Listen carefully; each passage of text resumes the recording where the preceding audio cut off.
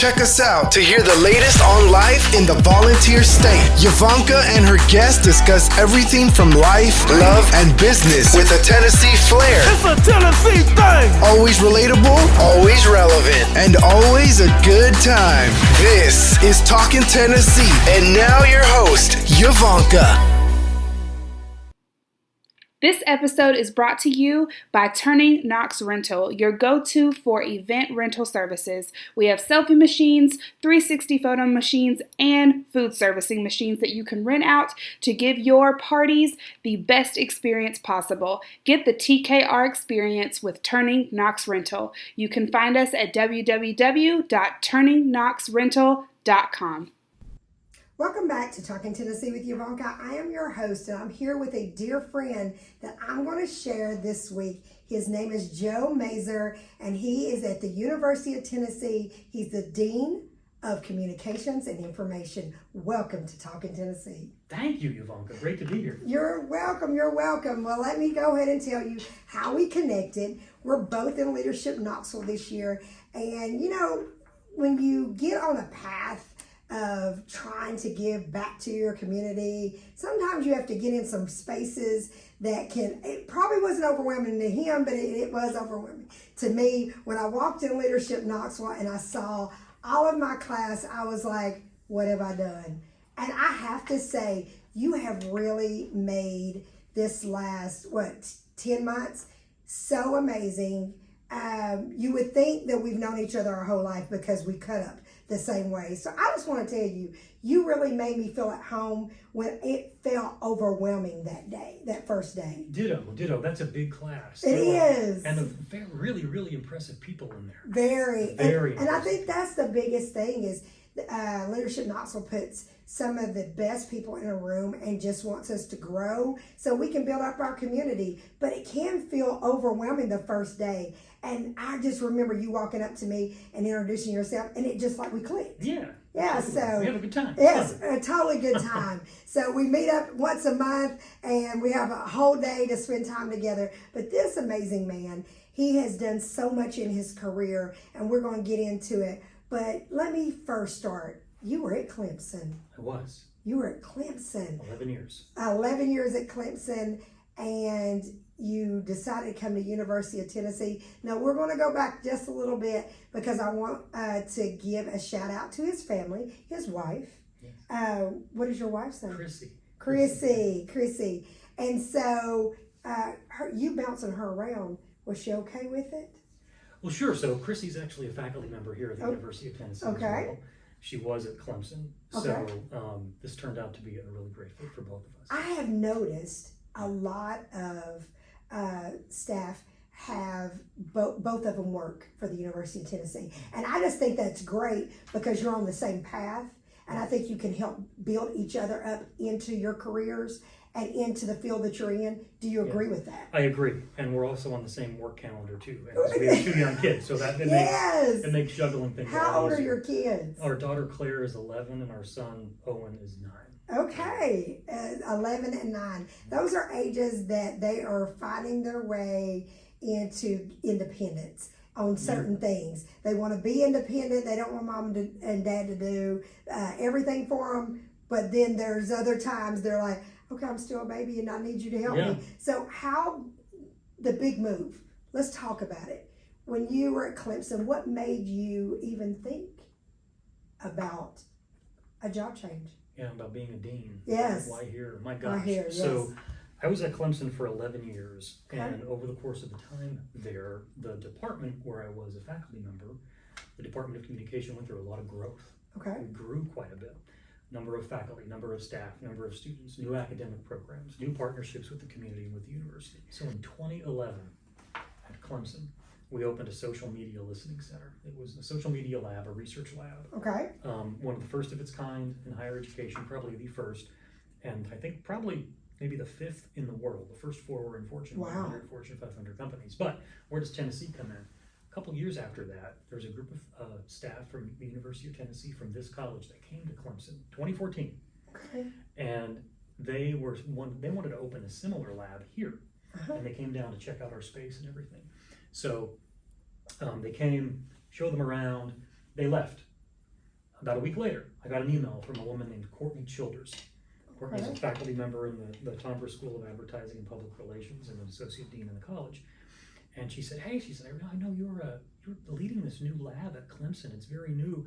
My dean asked me here at Tennessee to direct our lab we're going to stand up. Can I just talk to you? I want to talk a little bit about what it was like to stand this up. Yes. So we had a phone call. We talked. Okay. Courtney got a lovely thank you note in the mail from her back then. And then we started exchanging faculty and students. So we would send students here for their PhDs. We would hire, students finishing their PhDs onto the faculty at Clemson. That was it. That was my engagement, my knowledge with University of Tennessee. That's what opened the door. It opened the door. Fast forward December of 2020. Wake up every morning, I read, various things every morning. One is the Chronicle of Higher Ed. I get online, I look at scanning through, and at the bottom of the main page of the Chronicle, there's a box that says top jobs, and it said Dean, College of Communication and Information, UT. And I was like, oh, that's interesting. I didn't know the prior dean had stepped down or was retiring or I don't know. And so I did a quick Google, and I was like, oh, he's stepping down to go back to the faculty. He served 15 years. Oh, interesting. Ignored it. Still didn't really think about it. It was the end of the semester. I was grading. I was getting all of my papers graded, grades turned in, and all those things. So that was a Monday. This was in the middle of the pandemic. Okay. So at the end of that week, Chrissy and I took the kids through this drive-through holiday light display in Easley, South Carolina. Yes. Drove them came home, was putting our youngest to bed. I was lying in bed next to him, and as many parents do now. We got to go scroll around a the little phone, bit. catching up on emails. I peek through the emails, and I have an email from the recruiter who's working for UT and running the dean search. And they said, Joe, you've just been nominated to be dean of the College of Communication and Information at UT. Would you be open for a phone conversation? I bet you were in shock. I was like, oh my gosh, I just saw this online earlier this week and went into Chrissy. I was like, I just got this email. I got nominated for the dean position at Tennessee. Should I do the call? And she said, yeah, absolutely. She's like, you better We've do been that in call. quite a bit. And she said, yeah, do the call. So I emailed the recruiter that night, and we had started just exchanging emails that night, right before the holidays. We talked. One thing led to another. Here I am. Start packing up my office at Clemson when I knew I was moving here. Okay. And I'm cleaning out drawers and papers from my desk. And I look down and I see this UT orange card in the drawer. The card there. And I don't keep a lot of stuff like that. But I looked down and I opened up that card. And I opened it, and it was the thank you note that Courtney sent me about 7 years prior. I hung on to it for some reason. Wow. So I packed it. First day on the job here at UT, faculty are coming by to welcome me, say hello. Courtney pops in. She's like, hey, it's great to see you, meet you in person for the first time. I said, absolutely, great to meet you. Should I have a present for you? And I said, thanks. And she gave me a pair of UT socks. And I said, you know what? I have a present for you. And I reached over and I got that card. And I said, I knew there was a reason I kept this. Yeah. She opened up and she was like, oh my gosh, that is so neat. So Courtney is now Associate Dean of the college. She started about a year ago. That's the biggest thing I try to tell people. I was saying this the other day, you never know what path you're going to go down. You never know who you might meet.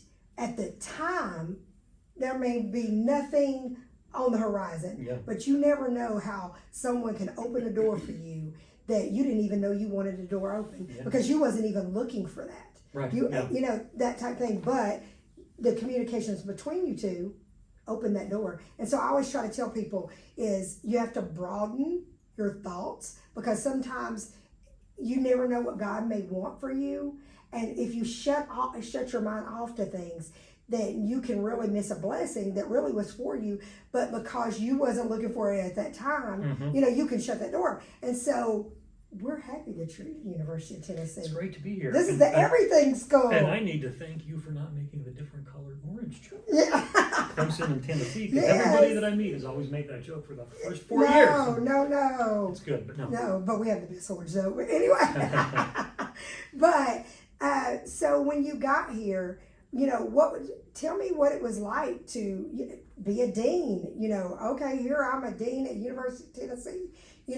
How did you start finding your way in this position? Yeah, so came into the role, and this was a college where I think faculty, staff, students, alumni were really excited about the future. They wanted to roll up their sleeves and really take the college forward. So I started by doing a lot of listening with our faculty, with our staff, with our students. I'm really fortunate as a dean. The college, we have a 35-member alumni advisory board for the college. They're all major supporters of the college. And I met with them and listened to them and talked a little bit about, where they thought we were, where we are, and where they think we should go. And their industry feedback helped to inform the faculty's work and what they were doing to move us forward. And it's really interesting when you look across the country at various universities across the country.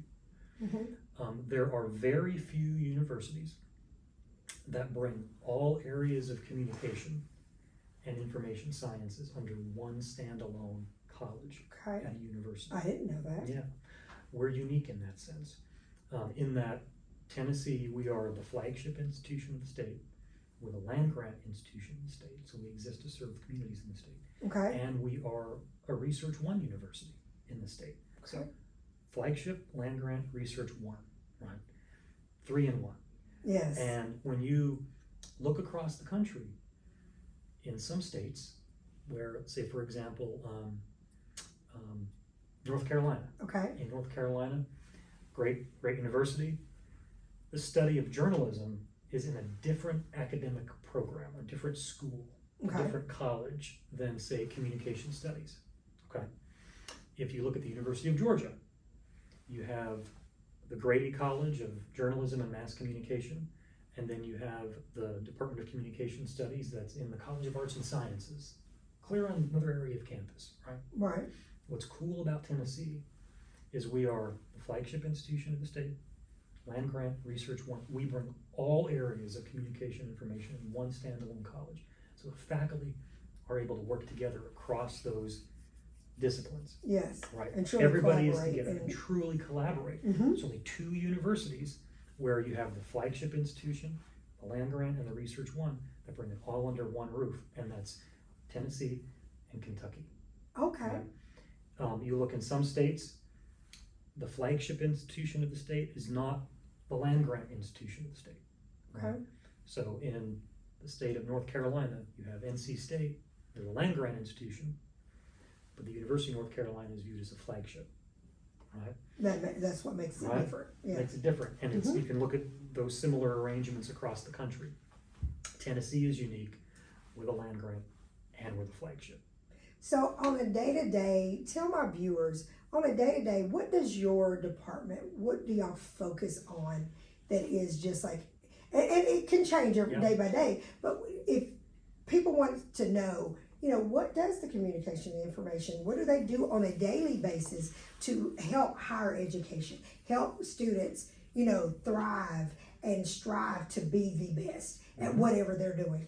Yeah, so we have about a little over 1,700 undergraduate students that are across several degree programs in advertising, public relations, journalism, communication studies, information sciences.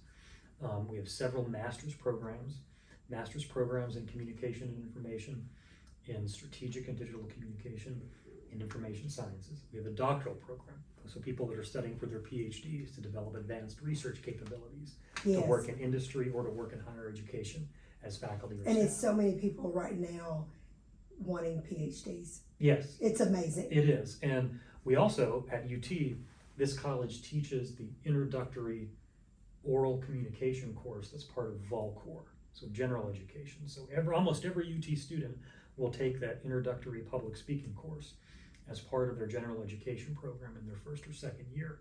Why is that important? Well, that's important because almost every UT student will come through this college at some point. So we will serve over probably about 6,000 students per year through our major programs, our minors, and through general education through those courses. So we're firing on all cylinders. Yeah, and we haven't even talked about global, our study abroad programs, how we place students in internships. We have a new online undergraduate degree program that's coming online. You know, Yvonnca, in the state of Tennessee, there's around 1 million Tennesseans that have hours toward a bachelor's degree, but have not yet had an opportunity to complete it. So to respond to that, we're standing up starting in the fall of 2025. Okay. It was just approved by the Board of Trustees. It's getting reviewed by the Tennessee Higher Education Commission as we do this here today. We're standing up an online degree completion program in communication and information. So it's an opportunity for those citizens of the state that have not yet completed their undergraduate degree to do it, and to do it online, asynchronously, in an environment that's convenient for them. So Maybe let me they're ask you working this. professionals, So right? let me ask you this.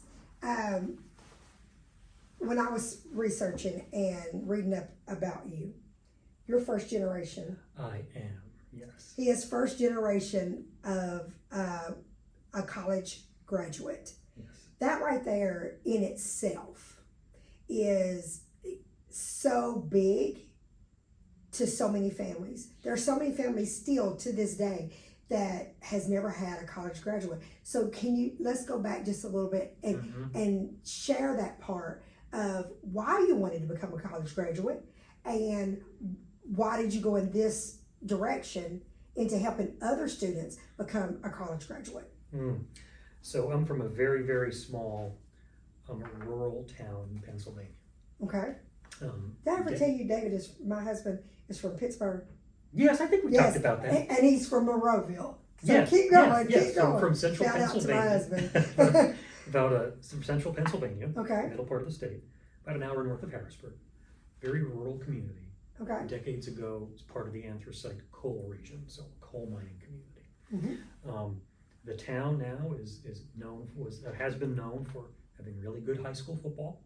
Okay. Really good high school football, and having the first high school television station in the country. Really? Okay. 1968. All right. So, as a first generation, my path to higher education, I'm so fortunate that it went all the way back to high school. And Did they your encouraged me. parents Oh, yes. encourage you to? Because if you think about Yes. it, let me just say this. Some parents don't encourage that, Yep. and if a child doesn't see value in it or have someone mentor or someone in the church or out in the community that will show them totally different, they could say, well, I don't need that because my mom and dad didn't do it. You know what I'm saying? So speak on being that first one. Yeah, absolutely. Of course they did. They absolutely encouraged me. That's great. To go to undergraduate and to go to college. I don't think they thought they probably didn't think I was going to make a career of it at the time, because I think coming out of high school, They're like, you're going to go to college and then you're going to go get a job. Yeah, exactly. Yes. That was kind of the path, and I don't think coming out of high school, you're not saying to yourself, "Well, I'm going to be a college professor." No. You really don't. As a first-gen student, you don't even know what college is at that point. Most of the time, kids don't even know what they truly want to be when they first come out of high school. Yeah. I know when I came out of high school, I didn't. Yeah. I'm just being honest. Exactly. Keep going. Yeah, exactly. But in high school, there was I went to the public high school. There was a television station. 1968 was developed by a man named George McPhee, who was an art teacher for the school district.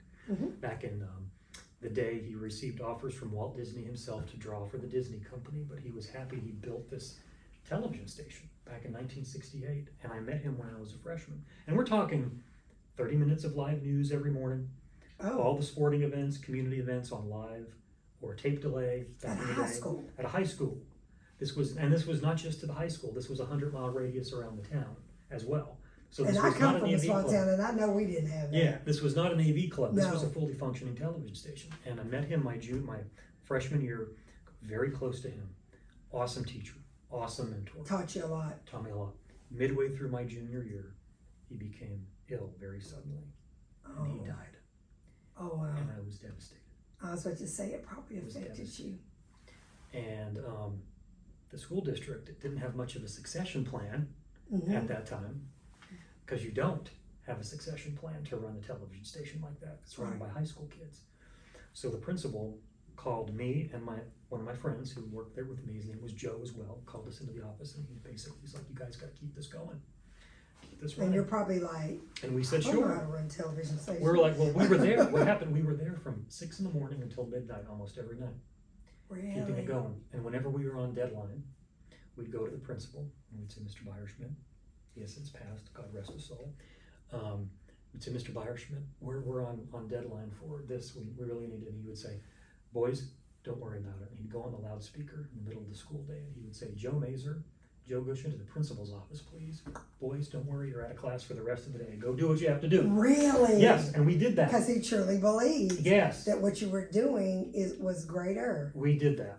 Uh-huh. And plus you got Joe, to basically honor the person that showed you and mentored you we did. in that position before he died. We did. His son took over for him. Uh-huh. It was kind of beautiful of a transition. His son took over for him. My senior year, I remember it was his son that was kind of took over, and I was sitting alongside a freshman that we were training him on master control in the Yes. control room. And after we were done, he called me the new Mr. McPhee. He called me aside and he said, Joey, he said, the way you were talking to Paul, the way you were teaching him, he said, you're my dad. Do you know that? You're my dad. My dad would do that. Really? Now, I was in high school, so that Right. message did not sink in. No. As it should. So Mhm. I went on my merry way, through undergraduate, and took a little bit to figure it out. But now it's about making a difference in the lives of students here at the University of Tennessee, Yes. overseeing all of our communication and information programs. And, at a university that prioritizes access. But a funny story, Joe, my friend, Mhm. who worked in, was from small town, same town, Okay. just like me. We joke that we're doing okay. I'm the dean of CCI here at Tennessee. Joe is now vice president over digital content for Nickelodeon. And Really? and he works in New York City. Both of y'all did really well. What's beautiful about that is every year this college takes a group of students to New York on an industry trip, and they tour agencies, they tour production houses, they tour many of the large networks based in New York. Joe opens up Nickelodeon for our students. That's wild. Isn't that great? So And y'all still get to basically work together Pretty much. for other students. yeah. So let me say this. So you've been here since 2021, Mhm. and I looked at a lot of the stats, and Yes. I know you're so humble. You're a humble person, but let me just say this: from 2021 to 2025, I saw that the growth is at 35%. Student enrollment. Student undergraduate, enrollment, yes. and that's big. It's a lot. Okay, so let's speak on it. Yes. So Yeah. how did y'all get it there? So we have great faculty, Mm-hmm. great staff in this college. Absolutely fantastic.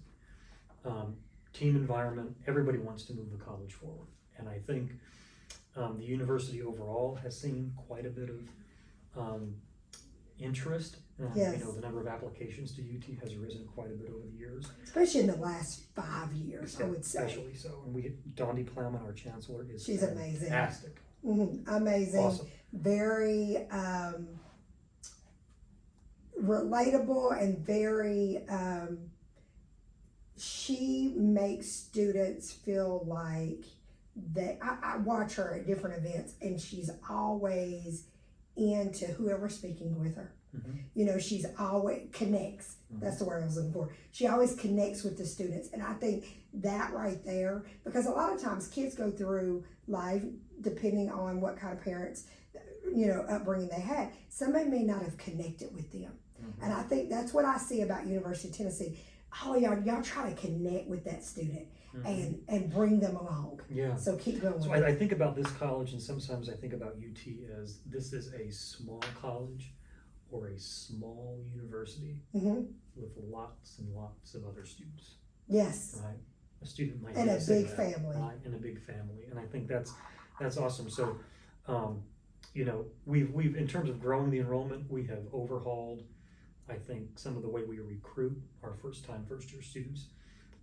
We do a lot to make sure that students, when they arrive here as a first year student, through general education, through Vault Court, understand the programs that are available to them here in the Okay. college, because sometimes a high school student may not know that, gosh, you can major in advertising. And y'all truly educate them on what they could apply for Exactly. and get into. Exactly. So I think a lot of that has played a role, but you have to have great teammates to enable to do that. So we have great staff, great faculty that are just super passionate, and the faculty always remind me. They say, Joe, remember, we've grown a lot, but as we've grown, and as we continue to grow, we cannot lose sight of our focus on student success and the relationships that faculty have with their students. So we will always prioritize. And I think that's what sets University of Tennessee in their own lane, in their own way of doing things, because this school wants to make sure every student has the best opportunities to succeed. Yeah. You know, and not saying other colleges don't, but I just think, because, you know, I'm around the University of Tennessee a lot, and I go from department to department, and I'm just like, but it's the air of University of Tennessee. So let me ask you this. How has the digital age transformed the field of communications, in your opinion? Oh my gosh. Is that a hard one? Yeah, that's a big one. That's a whole podcast episode in and of itself. No, Yes. I think it has done incredible things. That's very good. Yes. But it's also presented quite a bit of challenges. I agree. For us. So, but some of the good things. So we now know, after many years of studying social media, that there are many positive benefits to relationship initiation, maintenance. Yes. And how new relationships can be formed in online spaces that are healthy, and healthy for individuals, and healthy for families and society. I think the biggest thing, especially with social media, with my kids, I have a 31-year-old and I have a 15-year-old, and one's a girl, one's a boy, and they're being raised totally different in two different type worlds. And it's like, okay, the digital part of it, social media can be very much uplifting in a lot of ways, but in other ways, it can be very a Debbie Downer. And I think you have to truly work into finding your way with the positive. Yes. And not deal with the negative. And I think a lot of young students struggle with that, because you're in a society that says, well, you know, accept everybody, but you don't want negative, you can't accept the negative. So I think the transformation can be very tricky.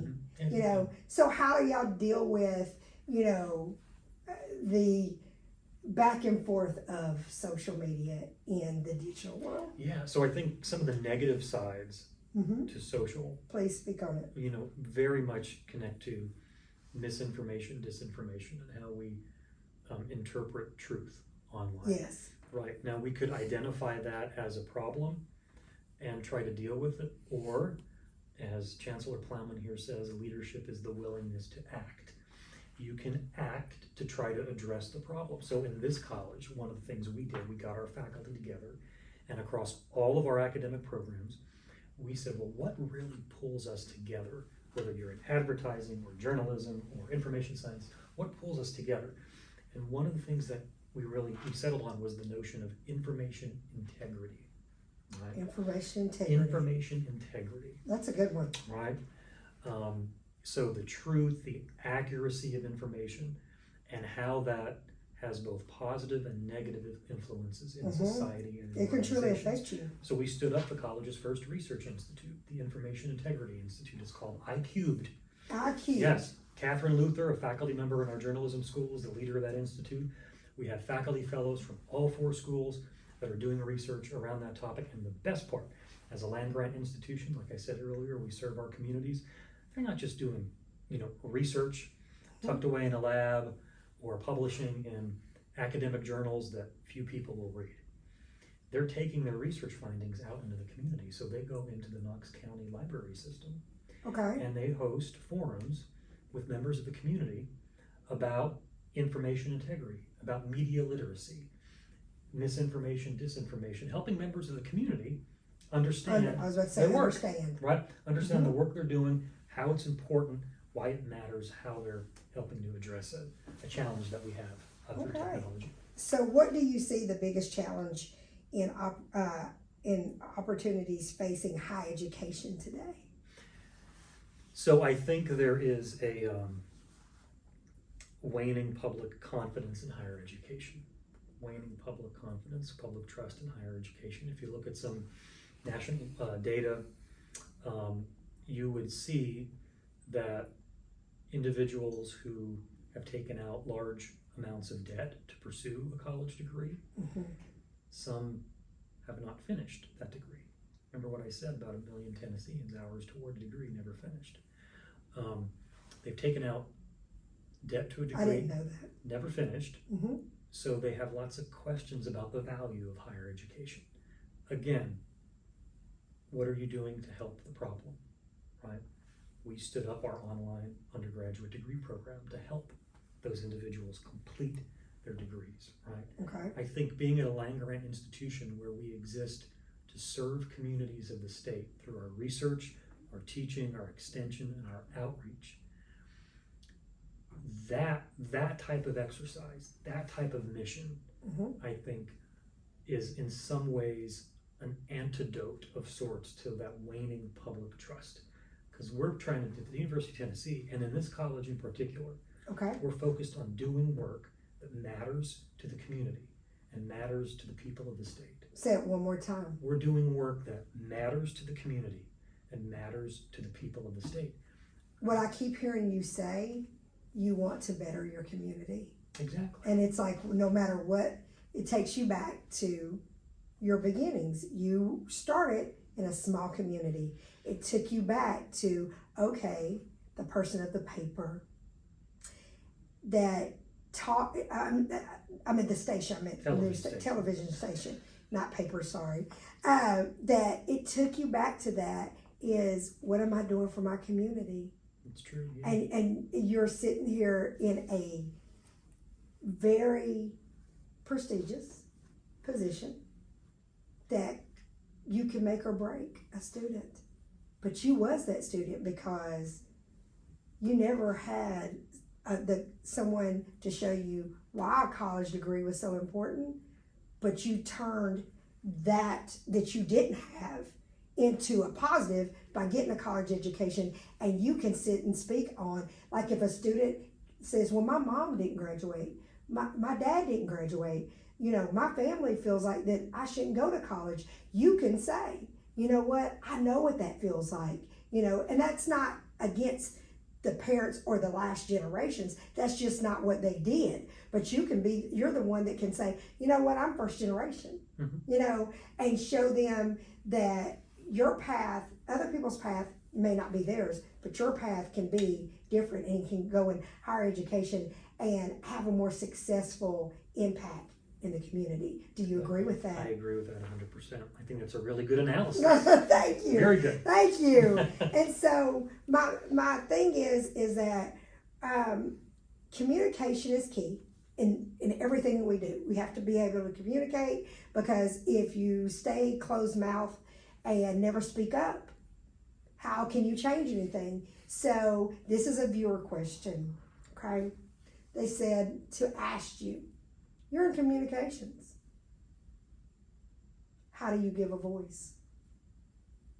How do you give a voice to a student that's, you know, say they're an introvert and they don't know how to speak up? What would you say? How do you give that person a voice? Well, I think they need to be a student in this college, and we could give them that training, and we can give them that voice. You know, it's really interesting when I mentioned earlier, when we take our undergraduate students to New York City every January. That program's been going on for over 30 years. Started by a faculty member in our Tomber School of Advertising and Public Relations, Eric Haley. He's been at UT for a long time.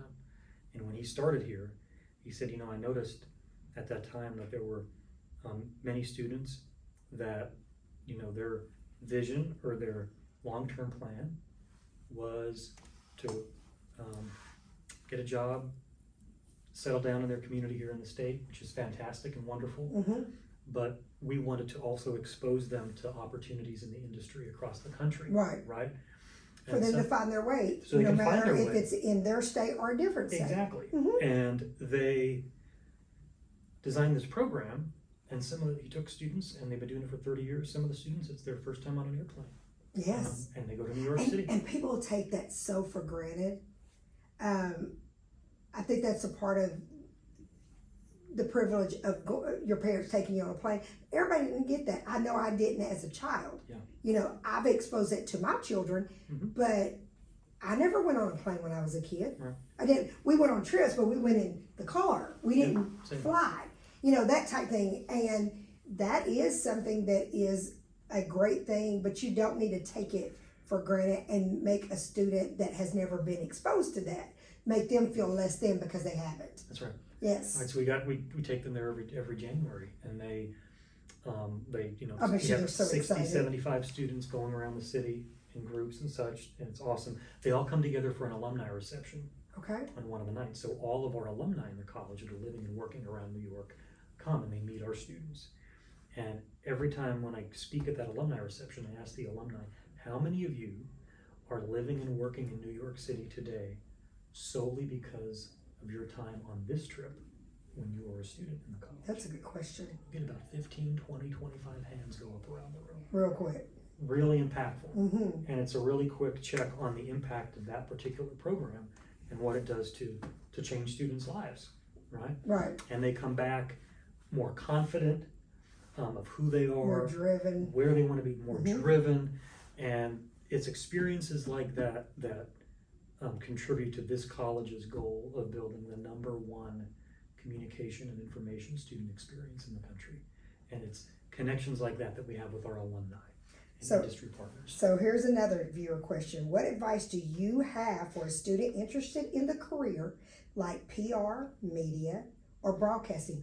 What advice would you give a That's great. student? So I think they need to I think go- it's a pretty good question. That's a good one. They need to go to a university like Tennessee Uh-huh. that would provide them with the opportunity to #1 major in those areas, Okay. but #2 really get applied hands-on experiences in organizations in each of those areas. So in this college we have a media center, and in that media center we have several media properties, Okay. professional and student. So East Tennessee's NPR station, Mhm. WUOT, is part of this college. It's a professional station. Our students have the opportunity to work in that station very on in their education. We also have the Daily Beacon, the student newspaper. We have the volunteer channel, And the Daily which is our Beacon has student, always been our student television group. So our students need to have opportunities early on to start to cut their teeth, get the reps Okay. in those organizations as they settle into those career opportunities. And sometimes you get in. I've had many students over the years. They start working in one of those outlets. Maybe it's the Daily Beacon, maybe it's the volunteer channel, and they're like, "Gosh, I like this. Like, this isn't for me. I need to pivot to a different area of the college." And that's important. That means learning Yes, happens. yes. You right? have to find your way and figure out what works for you, and be okay to pivot. Yes, You know. exactly. Pivoting is okay. So how important is hands-on experience like internship or student media in developing real-world communication skills? How important is that? So important that many of the programs in the college require some type of applied hands-on experience or an internship. We have a fantastic Center for Career Development at the University of Tennessee. It's a university-wide center. Awesome people over there. Open to all majors, everyone across campus. Go over. You can get advice on building a resume, building a cover letter, advice for an internship. And so many students need to know how to build a resume. And I think resumes really have young people fearful. Mm-hmm. I've had young people tell me, like, I don't know how to build a resume. I don't know how to, and I'm like, but you can learn how to build it. Exactly. Go ahead. And the beauty of it is our students have access, of course, to the university's career center. But one of the first things we did in my first year as dean, we hired a full-time director of career and professional development in the college. Her name is Devin Lane, she's fantastic, has industry Shout experience. out to Miss Devin. So our students are able to get hands-on career professional development guidance that's industry specific to CCI, to the programs here. Because as you apply for jobs in advertising, the way you put together a portfolio and a resume, a little bit different than if you're a journalist and you're applying to, say, work in local news and you have to put your reel together of Right. your work, right? So we're able to provide now that guidance on the ground in the college that's specific to And our hands-on. students. Hands-on, yes. So how can students stand out in such a fast-paced and competitive communications industry? I think they have Because it's fast-paced. It is. They have to have the confidence and the courage to take risks and to really put themselves out there. And I think we do a good job at the college of preparing them to do that. I want to give you an example. So about 2 years ago, We hired a faculty member in the college that a lot of people at UT know of. His name is Peyton Manning. Yes. Peyton is an alum of the college. And gives so much to our community. Much media industry leader. Yes. He's so good. Wonderful human being. Mm-hmm. Top of his industry. And as a professor of practice, professors of practice bring industry experience into the classroom. He joins us several times throughout the academic year, and he will team teach with our current faculty in particular courses. Okay. So he was here, when he was here, this was early in the fall semester, past fall semester. And everybody was so excited for him to be here. Everybody was excited. He was in this was an advertising course. It was a sports promotion and branding course. He was in a class about 100 students. He came in, he takes students' questions. He teaches with the question and answer type approach. Right. Really great guy. Sits in front of the room with the faculty member and they interview each other like we're doing here. Yes. Except there's a class and questions and are he being allows asked. the questions to come It's great. in. It's great. Yes. At the end of the class, Peyton Hawley says, well, let's take a photo together. And the class says, oh, well, all right, it's going to be a group photo. And it's actually, no, Peyton says, I'm going to take an individual photo with each of you. And the students are just elated and so grateful. Yes. This is a class of 100 students. They all get in line. They all start getting in line with Peyton to get their picture taken. And there was one student that was taking a little bit of extra time with Peyton. They started talking. They were exchanging things. Yes. And what had happened was the student said to Peyton, and she said, Mr. Manning, I want to work at Omaha Productions, this production company. Right. Here are things I'm able to do. Here is a copy of my resume and a business card. I would love to work at Omaha Productions. And we saw Peyton. That's amazing. Isn't that great? She put herself out there. Yes. Really, it took a lot of courage out to on do faith. that. Yes. My gosh. Peyton took it and said, thank you. You saw he tucked it into his Suco pocket. And Peyton left. Students left. This class was in the morning. Later that day in the afternoon, I'm walking in the building, and I see the student. Looks like a deer in the headlights. And I said, are you okay? Is everything all right? And she said, yeah, I'm okay. And I said, no, really, you okay? Everything all right? She said, yeah, I have an interview in 1 hour with Omaha Productions. She now works at Omaha Productions. Viewers, did you hear what he just said? Stepping out on faith. She may never be in a room with him again. She took the opportunity. Yeah. And I tell so many people when I go to speak, I'm like, everything's not going to be perfect timing. You know what I'm saying? In your mind. But it is perfect timing to me when it comes to, stepping out on faith and be like, okay, all I can do is say no. And she works at his company. Yeah. So Peyton left there, texted his leadership back at Omaha and said, let's interview this person. And they did, and they hired her. And that's why we love Peyton. Volunteers through and through. Yeah. Awesome. Through and through. You cut his arm, you're going to see orange. Most definitely. So you being so busy in running the college, what makes Joe? Who is Joe? I'm a husband. I'm a dad. I'm a cook. He's my classmate. Your classmate. And friend. You like Community to cook? leader. Yes. Yeah. Absolutely. What do you like to do? Italian. Italian. So I like to make pasta from scratch. It's kind of my thing. My grandmother on my mom's side of the family, Italian, was an awesome cook. So I love to cook. It's like a stress reliever for me. Is it for you? Oh yeah. Okay. Yeah, it's great. I can work all day long, and people's like, "How in the world do you do all the things you do and cook 5 days a week?" I said, "Because cooking to me is a stress reliever. Plus, I like to create. I'm a creator. Yep. Like to by create. trade. So think about food. Yep. You're creating a meal, and I told this mother that comes on my Facebook Live, and years ago she told me that she didn't like to cook for her kids because her husband was the better cook, and she said she felt less than. And I said, kids don't care, who's the better cook. I said that's one way to show your kids how much you love them, because when you cook, you could make them chicken nuggets. Those kids are going to remember that when they grow old. So it's not really about, making the perfect meal. It's about the time you put and the love you put into a meal. So when I'm cooking for my family, that's my way of saying, you know what? I know our life is chaotic sometimes, but here's a meal to show you you're the most important thing to me. And does cooking do that for you? It does. And, you know, it's one of those things where you don't, how do you know you're successful and made a difference? I don't, when people are eating any food that I cooked, I don't need to hear a thank you.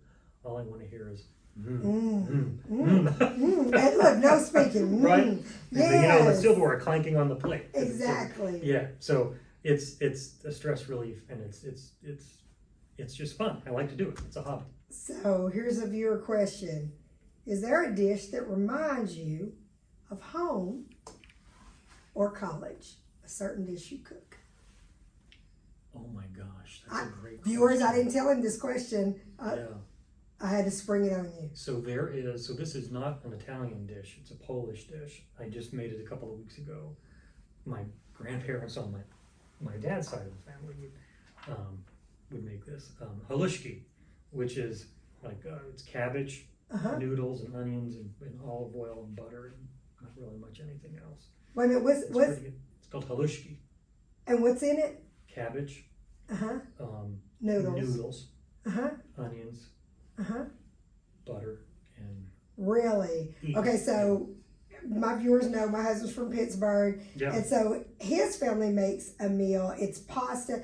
Now, let me just say, I'm not a cottage cheese person, okay? But they make, he makes noodles, cottage cheese, butter. I think that's it.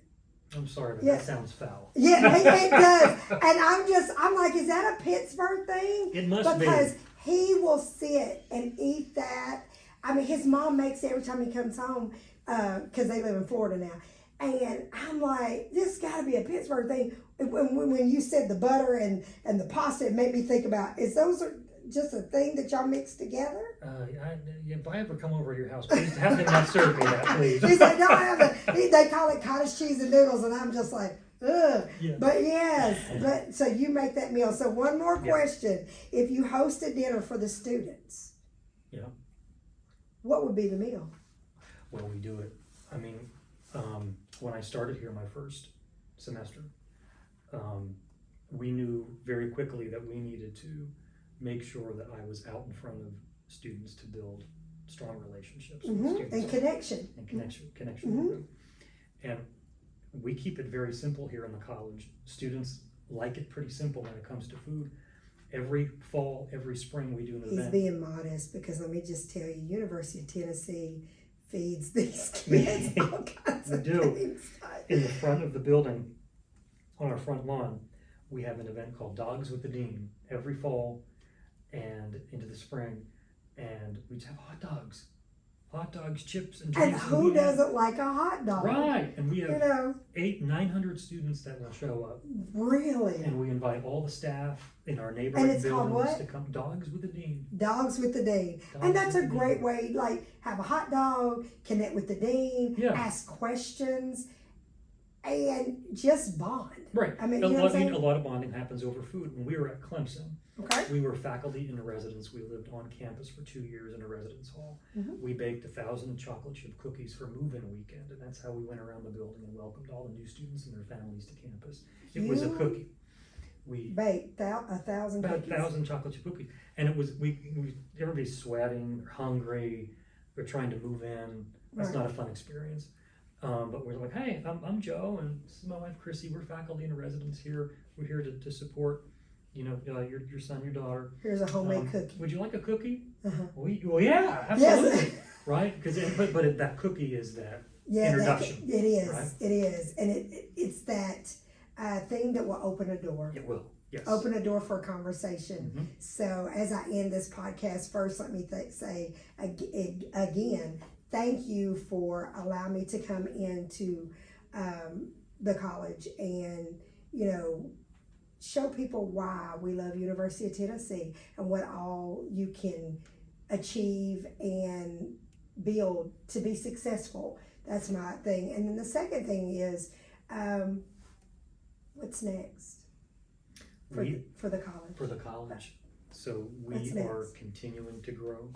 We're working to kind of fine tune what it means to deliver the #1 student experience in this college. Okay. And I would love 10 years from now that every student in the college who wants to go on one of those industry trips can do so. Every student who wants to study abroad, we can provide them the resources to do it.